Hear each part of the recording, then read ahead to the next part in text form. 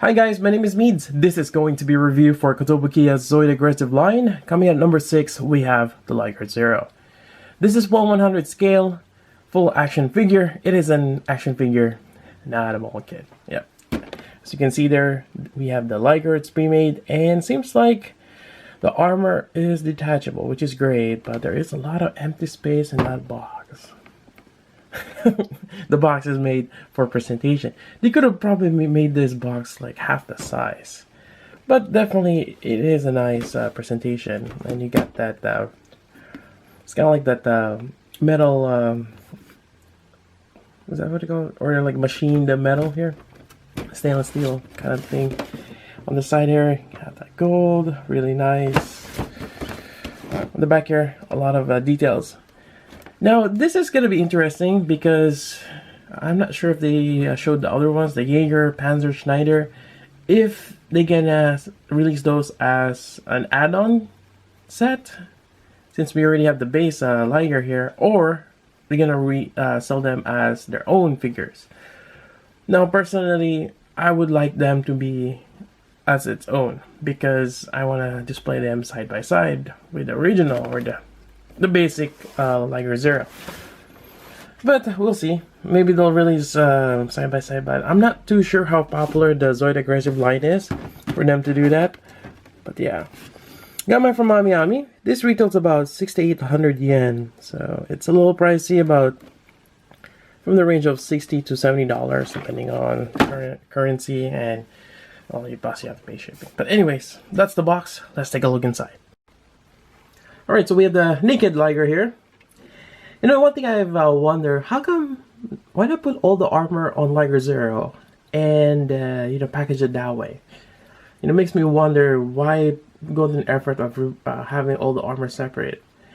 And it actually makes sense, because once you start putting on the armor and you have it all together, it gives you a bit of an accomplishment. Same thing when you build a model kit, like you've made something.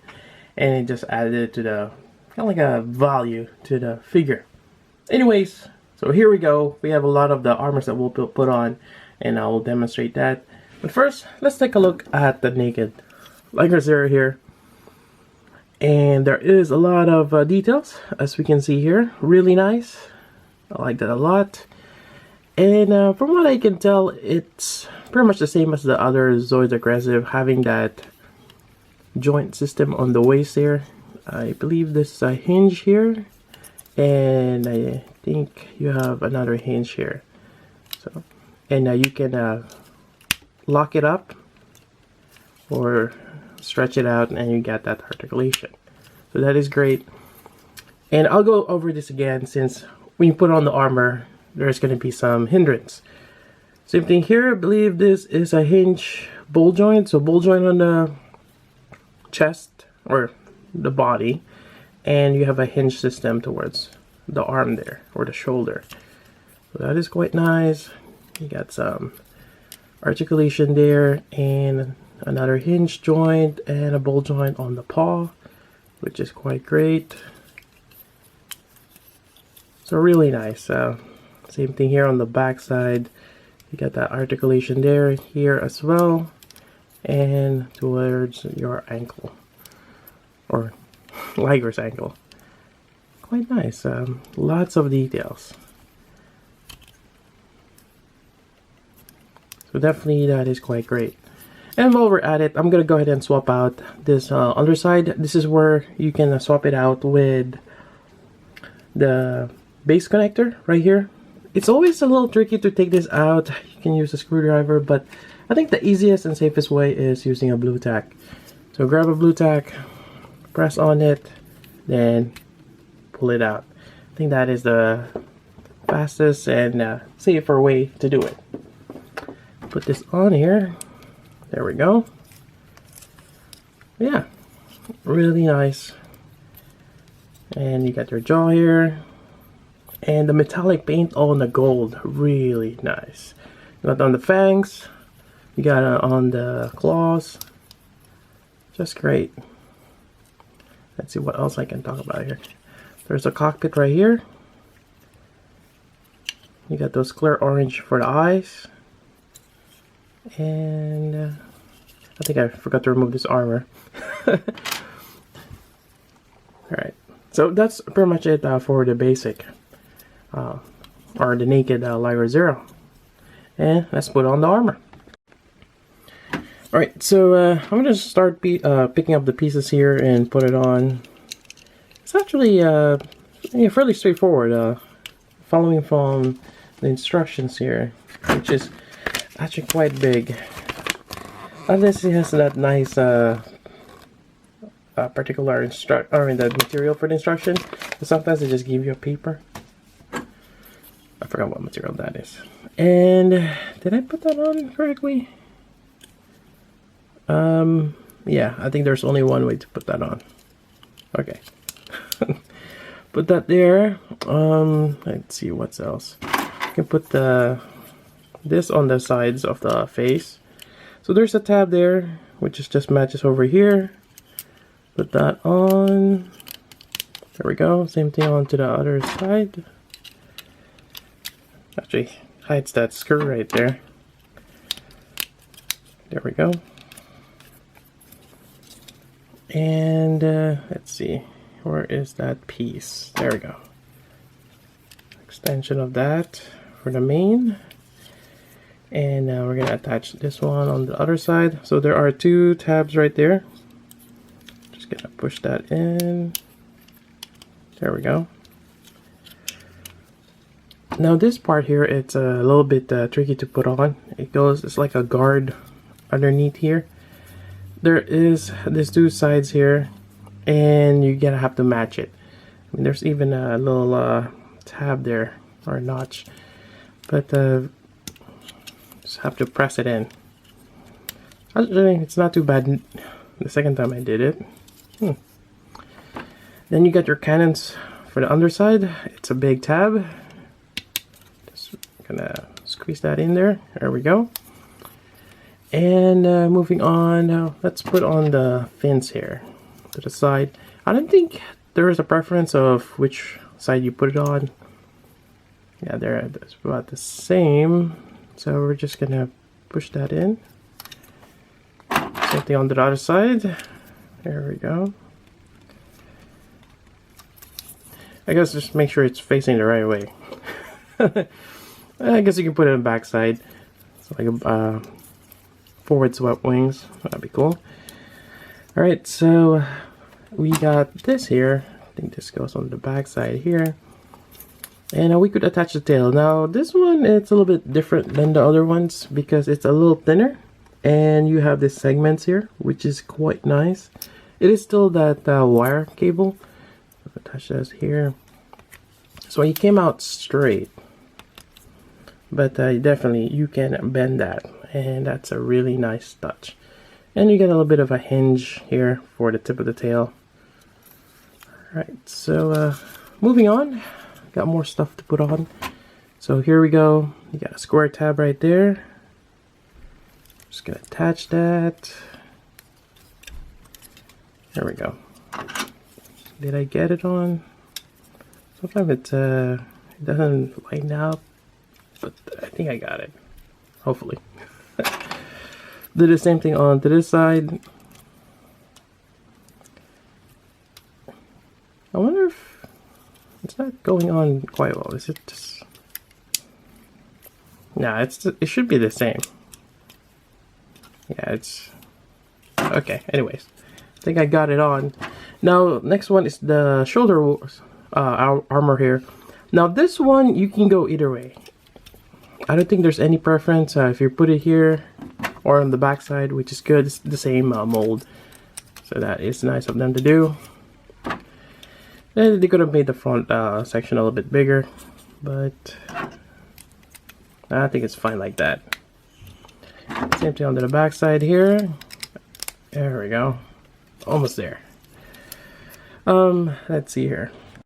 Onto the back side, we got the kind of like the knee armor here. It's I think it's like this. There we go. This one too. There's a little tab right there. Attaches. There we go. Same thing onto this side. Goes under. There we go. We're almost there. And yeah. Alright. Now we have the boosters here. Rectangular tab on top. Put that in. Also, this particular boosters, they're pegged in on that black. See that black tab right there? I'm not sure if you can swap it out. Maybe later on I'll give it a try. Once we have, if ever they make the Jaegers, Schneider and Panzer, that'll be definitely cool. And lastly, the cannon on to the tip of the tail. I always find it a little weird that you have a cannon on the end of the tail, but I guess it's helpful when you're getting chased or something of that sort. Alright, and we have the Liger Zero, and it looks amazing. Really, really nice. Now, next question, how big is this guy? That's always the question. Alright, so I have a ruler here. In terms of height, I got about 4 inches right there. And for those who use metric, I should start using metric. And more or less about 10 centimeters to that top here. Now, lengthwise, it's about, I'm just gonna base it up to here at the end of the butt area. So from the nose to the butt, about 15 centimeters. To the end of the tail, it goes all the way to 29 centimeters. That is quite long. Now going, it's this, it's about 6 inches from nose to the butt, or to this armor here, I guess. Or about 6 inches, we'll go with that. And to the end, it's about 11.5. So quite big. Really nice. I'm not sure if you guys need the measurements there, but I might as well. The width wise, someone's gonna ask that though. Might as well give that. About 3 inches, give or take. Sorry about that glare. About 3 inches there, and roughly about 7.5 centimeters across. So, but definitely it is quite nice having this. Alright, so next up is, how does this compare with the HMM Liger Zero, the mall kit that Kotobukiya made as well? I don't have it with me, but definitely that one is 172 scale. This is 1/100. I believe it's just a little bit bigger. Kind of like comparing a high grade to a master grade. Well, not quite though, but close enough to that ratio, I guess. And just for comparison, I have an SD kit here. I'm just gonna use an SD kit. There we go. This is the figure eight standard RX-78. No, that's figure eight standard is Dragon Ball. I forgot what the name of the new SDs are. Something standard or something. Anyways, there we go. Not too bad. I should have more figures around here. Oh, I was building the real great Amatsu. And it's a bit dusty. Oh, pardon me. Let me just quickly remove the dust. So here you go. Here's the Amatsu, real grade. I need to finish building this. Actually, I'm just lacking the weapons. I just have so many things to go over. Anyways, that's the size comparison with the real grade Amatsu. Though I'm not sure a lot of people have the real grade, but there you go. Definitely, it's kind of like your mid-size figure in terms of scaling, especially for this Zoid aggressive figures. And yeah. it is a bit weird, but anyways, moving on with the review, let's go over again some of the features and articulation. So starting with the head, definitely with that extended one, opening that cockpit, yeah, it's a lot. Quite nice. Now for the side fins here, you actually push inward here first, because it's a double hinge. It will give you a wider range for the side fins. Although this one, yeah, not that one. Not this one. I think the other Ligers have the ability to prop the top main. So you have the bottom side as well. It's a hinge, quite nice. So let's pop that back. This one, Well, I guess you're still being able to open that up. There is some mechanical details in there, but not so much. So that's that. Your turret underneath, it is just, you got a little bit of swivel there because this side does hit that. I don't think there's any hindrance with the shoulder with that armor on now, so that's fine. It should retain its. I do have a tendency for things to pop off, so it is a bit annoying at times, and it's just, yeah, unfortunately. I mean, if this is for sure your armor for your Liger Zero, you're not gonna, well, we don't know yet if they're gonna make the other ones separate. Yeah, there might be a merit of gluing the armor in, but that's absolutely up to you. But anyways, there is a tendency for that to happen.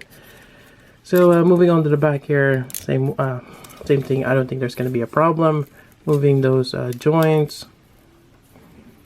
So there we go. And on this side pin here, you gotta flip that down. There we go. Quite nice. You got this tail here, the hinge. I think we've talked about that. And yeah, I think for the most part, that's it for the articulation. Really nice. Now, there's another gimmick that they provided. And it's this yellow claws. I actually have 4 of them. There we go. They give us 4. And I believe this is to swap out. And I think that's when you have the glowing effect for his like his pounce attack or something. So let's remove one of them. There we go. It's on a rectangular tab right there. This is actually lightweight. It's just painted on with that nice gold color. Alright, so this way. Now the color of the plastic is yellow. It's a bit tacky. Actually, it's not too bad considering the whole figure is not metallic. So let me take this out and put that on. You do have 4 of these, so you can replace all of them, although at the end here it could be a little weird, but definitely it will match having this particular yellow color. Yeah, again, it's a bit weird. I wish they've stick with the same color or make it a bit more vibrant metallic yellow, but not too bad. Oh, forgot to mention, on the booster here, you got that nice metallic sheen on the front part of the booster, and on to the back side, we have hinges here. There we go. I don't think you can move this. Oh, wait, you can. A good thing I checked. So I guess you can pop this out, extend the booster. That's really, oops, that's really cool that you're able to do that. I don't think it was in the instruction, or maybe I didn't check. But that is nice, being able to do that. There is a bit of a limit on how much you can pull this up, but yeah, not too bad. So found something cool. Alright, so there we go. Let's put it on the base and get some cool posts with this.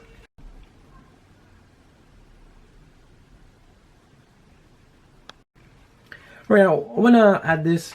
I actually found it by accident, and that's the fun part about reviewing things blindly. You figure out things.